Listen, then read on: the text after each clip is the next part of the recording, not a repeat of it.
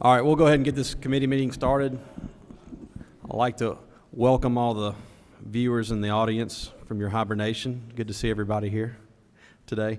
First bill we'll take up is House Bill 1351, bonds increase the amount that may be issued for local government and rural water systems improving revolving loan fund. This bond bill would increase the amount in the fund by $3,200,000. We're going to stick a reverse repealer and take this to conference. This possibly could be a vehicle. It may wind up being wrapped up in a single bond bill, but we wanted to keep this alive just to have a vehicle around for potential monies to be made available to local governments and rural water systems. So if there are no questions, right, I'm going to go ahead and make the amendment for the reverse repealer. Are there any questions? Seeing none, all those in favor signify by saying aye. All opposed? The ayes have it. Are there any other questions on the bill?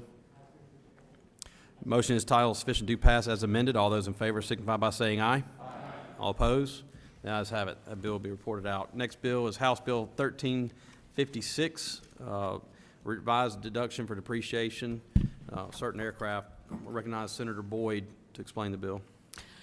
This is a piece of legislation that affects some business in my community, and there were new federal regulations issued in late 2020 that had to do with depreciation on planes, and so at the appropriate time, Mr. Chairman, I'm going to ask that we put a reverse repealer in here.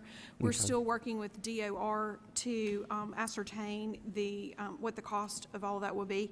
So, but this is something that is followed in 22 other states, including our neighboring states of Alabama and Louisiana, and some other southern states too. So this is something that we want to make sure that we keep. We have private jet companies in the state that are growing and have grown exponentially during the pandemic. And this is something that is happening in other states as well. So this is something to look at for that. But again, if it's appropriate at this time, I'd like to ask that we put a reverse repealer, reverse repealer in. I'll recognize you for that amendment. You heard the amendment. Any questions? All those in favor of adopting the amendment, reverse repealer, signify by saying aye. Aye. All opposed? The ayes have it. Okay. Any questions on the bill? Senator Blackman. Senator Blackman, do you mind pushing the? Thank you. There you go. Thank you, Mr. Chairman. Senator Boyd, this is the Section 179 deduction federal. I'm sorry. Line 79 through 84. Yes, ma'am.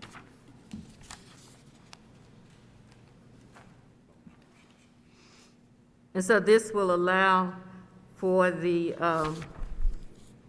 entities, anything that they purchase, even if it's an airplane, to write it all off that the year that they.